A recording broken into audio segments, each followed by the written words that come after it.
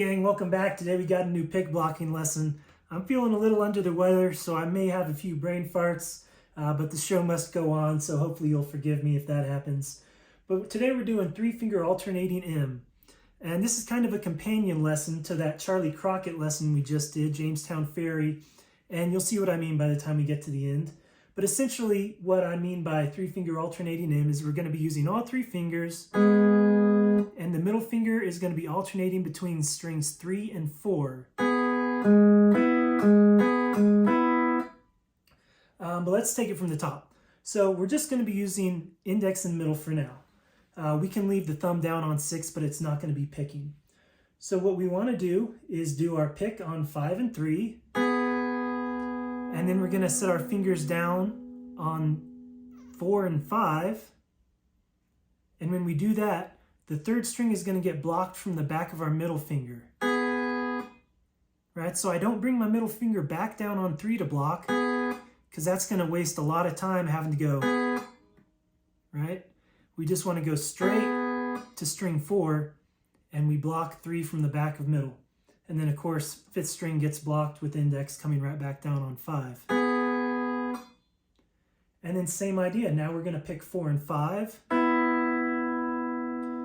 Now you may be thinking, how are we going to block string 4 now that we move index and middle back down to 3 and 5, right? Because same idea, we don't want to go, right? That's going to take too much time having to block with them and then move it over.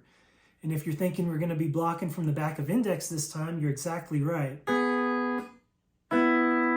We set down on 3 and 5, and that 4th string gets blocked from the back of my index finger.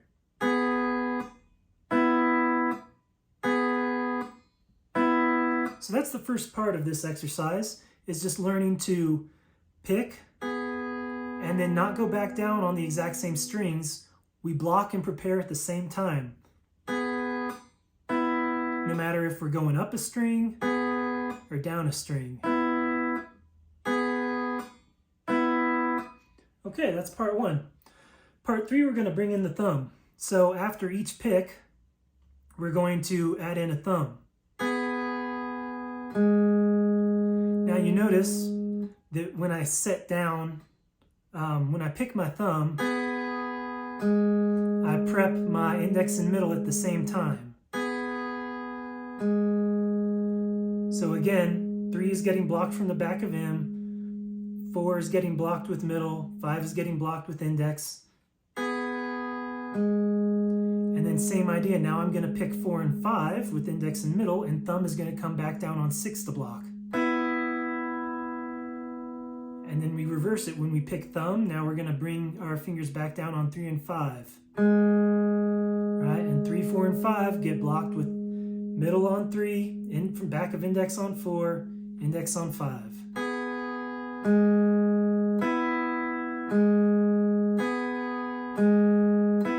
Now, one very important thing is that we're always blocking and picking at the same time. If we pick, block, and then pick,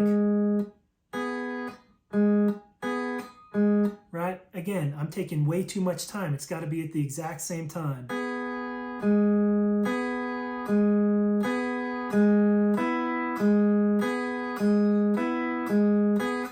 Okay, that's part 2.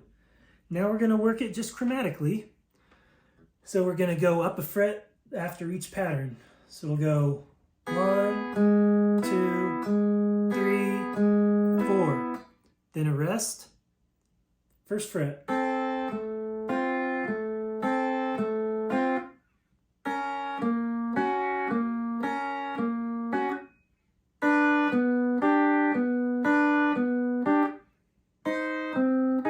So one important thing with this is that we want to have a clean block in between each chromatic progression.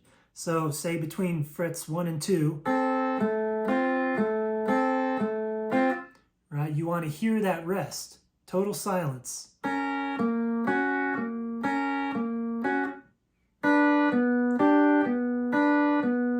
Block. Right? Because when we start getting a little sloppy,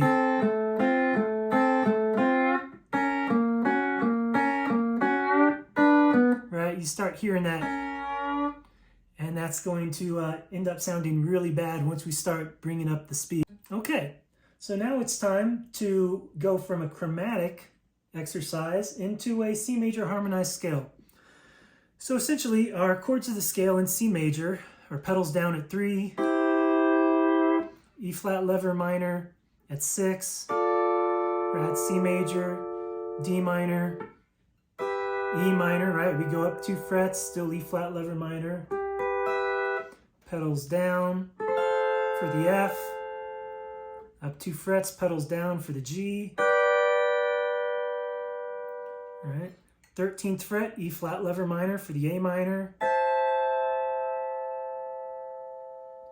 All right, and then instead of a diminished chord, we're just going to do a 5 chord again, a G, so pedals up, and then pedals down again for the C.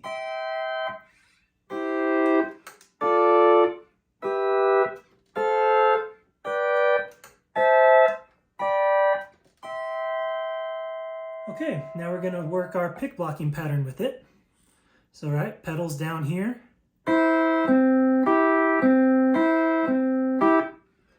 E flat minor position. 2 frets up. Pedals down. 2 frets up for the G. A minor. Another G. And the C. So again, the most important part is not speed. It's about getting nice, clean blocks.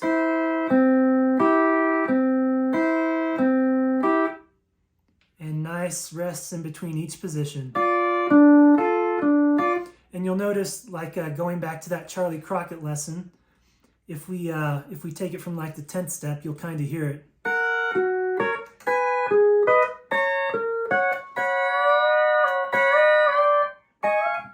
Right? And all it is just the pattern that we just did, just shortened a bit. It's just 1.